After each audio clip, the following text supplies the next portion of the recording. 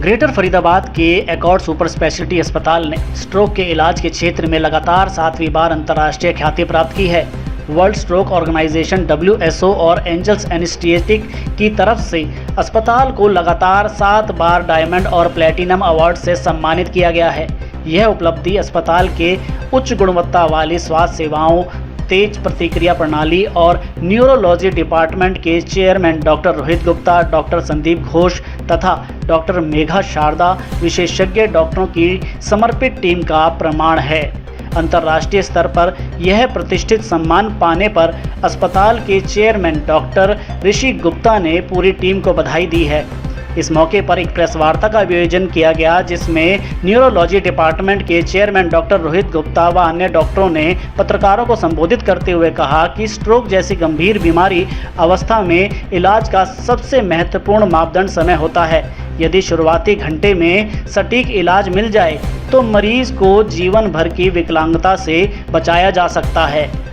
क्या जानकारी देने की? सर, आज वर्ल्ड ब्रेन डे है। वर्ल्ड ब्रेन डे पे हमने आज हमारे को 7 बार WHO एंजल्स अवार्ड होता है, जो एक इंटरनेशनल अवार्ड है, जो इंटरनेशनल स्टैंडर्ड्स के हिसाब से जो हॉस्पिटल स्ट्रोक में लकवे पे जो काम कर रहे हैं उनको ये अवार्ड दिया जाता है।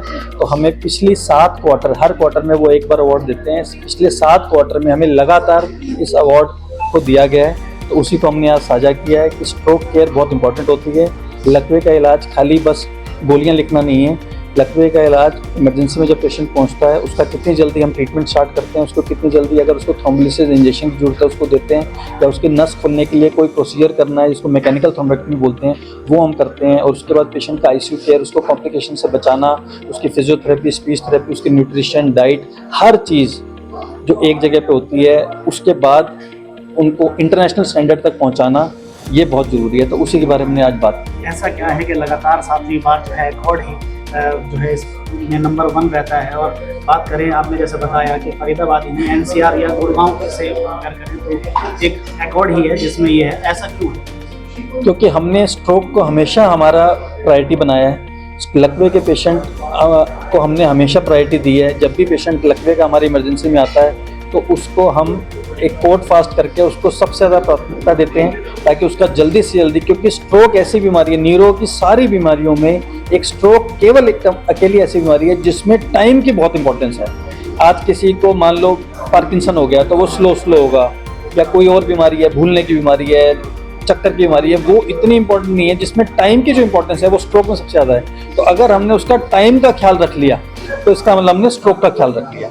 तो जो हमारे हॉस्पिटल में सब बहुत इंपॉर्टेंट है कि हमारा पेशेंट जैसे स्ट्रोक का आता है, हम एक कोड फास्ट अनाउंस करते हैं जिसमें सारे लोग एक्टिव हो जाते हैं। जो स्ट्रोक की ट्रीटमेंट करेंगे एंट्री से एग्जिट तक, वो सारे लोग लग जाते हैं, ताकि उस पेशेंट का हम कुछ टाइम बचा पाएँ, टाइम से हम उसकी ट्रीटमेंट कर पाएँ। और जब आप टाइम से ट्रीटमेंट करते हो तो डेफिनेटली उसकी बेटर रिकवरी होती है। उसी की वजह से WHO एंजल्स अवार्ड ने इनिशिएटिव लेके हमें ये 7 बार अवार्ड दिया कि उन्होंने हमें बताया कि हम इंटरनेशनल स्टैंडर्ड के हिसाब से काम कर रहे हैं। सर, बात करें ओवरऑल स्ट्रोक के जो है कितने तरह के जो मामले होते हैं, और जैसा आपने बताया कि स्ट्रोक रेडी हॉस्पिटल है, तो किस तरह के जो है आपके यहाँ पर स्ट्रोक के जो जब आते हैं पेशेंट, तो कितना एक इलाज होता है आपके stroke ready hospital? Sir, stroke ready hospital हमारा इसलिए क्योंकि हमारे हॉस्पिटल के अंदर हम 3 फुल टाइम न्यूरोलॉजिस्ट हैं। अगर हमारे यहाँ स्ट्रोक का पेशेंट रात के 2 बजे, रात के 3 बजे, 365 दिन, संडे हो, मंडे हो, दिवाली हो, होली हो, 26 जनवरी, 15 अगस्त, कभी भी आता है, किसी भी टाइम आता है, और अगर वो विंडो पीरियड के अंदर है, उसको कोई भी इंजेक्शन या किसी की जरूरत है, तो हम 3 न्यूरोलॉजी में से एक न्यूरोलॉजिस्ट इमरजेंसी में ज़रूर पहुंचता है, ताकि पेशेंट का टाइम वेस्ट ना हो। ऐसी ये फैसिलिटी हर हॉस्पिटल में नहीं होती है, हम रात को, दिन को, कभी भी। तो इसीलिए हम स्ट्रोक में आज इतना काम कर पाए कि आज स्ट्रोक के पेशेंट हमारे पास आ रहे हैं, हम उनका अच्छा इलाज करके उनको भेज पा रहे हैं। और हमारे यहाँ हम 3 न्यूरोलॉजिस्ट के अलावा हमारा पूरी न्यूरोसर्जन की टीम है, इंटरवेंशन वाले लोग हैं, हमारे पास ICU टीम है, हमारे पास स्पीच थेरेपिस्ट, फिजियोथेरेपिस्ट, स्ट्रोक का अलग से ICU, स्ट्रोक की कैथ लैब, ये सारी चीज़ें एक छत के नीचे फैसिलिटी है। इसलिए हम इसको स्ट्रोक रेडी हॉस्पिटल बोल पा रहे हैं। लोगों को क्या जागरूक करने के लिए कहेंगे? सबको हम यही बोलेंगे कि देखो, स्ट्रोक अगर आज अपनी कुछ आदतों को ठीक कर लो तो अपना स्ट्रोक का रिस्क आप 90% से ज़्यादा बचा सकते हो। आज आपको डायबिटीज़ है, कोई बात नहीं, बहुत दुनिया को डायबिटीज़ है, आपको अपना शुगर कंट्रोल रखना है, आपको HbA1c अपना 7 से नीचे रखना है, आपको शुगर वाली डाइट लेनी है जिसमें शुगर, आपकी जो रिफाइंड शुगर होती है वो आपको अवॉइड करनी है, कॉम्प्लेक्स कार्बोहाइड्रेट लेने हैं, दूसरा, अगर आपको बीपी है, आपको बीपी से दूर नहीं भागना, आपको आपका टारगेट होना चाहिए आपका बीपी 130/80 से नीचे रहे, चाहे वो दवाइयों से रहे, चाहे व्यायाम से रहे, चाहे आपकी आदतों से रहे। उसके अलावा अगर आपको कोलेस्ट्रॉल है, आपका कोलेस्ट्रॉल ठीक रहना चाहिए। साल में एक बार अपना हेल्थ चेकअप जरूर कराना है, स्पेशली अगर आपको कोलेस्ट्रॉल है। स्मोकिंग बिल्कुल ज़ीरो करनी है, अल्कोहल बिल्कुल लिमिट करनी है, अपनी फिजिकल एक्टिविटी बढ़ानी है।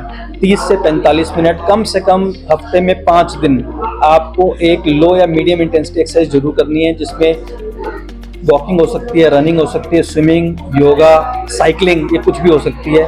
इसके अलावा आपको अपना स्ट्रेस कम रखना है। अगर आपको अपना हार्ट डिजीज़ है तो उसका चेक कराना है, और आपको अपनी डाइट ठीक रखनी है। तो अगर ये आप 7-8 चीज़ें फॉलो करते हैं तो अपना स्ट्रोक का रिस्क आप 90% से ज़्यादा बचा सकते हैं, जो एक आम बात है। मतलब आप डायबिटीज़ को कंट्रोल करना कोई मुश्किल नहीं है, अपने बीपी को कंट्रोल रखना मुश्किल नहीं है, कोलेस्ट्रॉल चेक कराना मुश्किल नहीं है। तो सारी चीज़ें वो हैं जिसमें कोई भी बड़ी चीज़ नहीं है, और ये सब चीज़ें हम कर सकते हैं। इसके बावजूद भी अगर जैसे किसी को सिम्टम्स लगते हैं, क्या क्या सिम्टम्स लग सकते हैं जिसके बाद ज़रूरी हो जाता है कि वो स्ट्रोक रेडी हॉस्पिटल तक पहुँचे?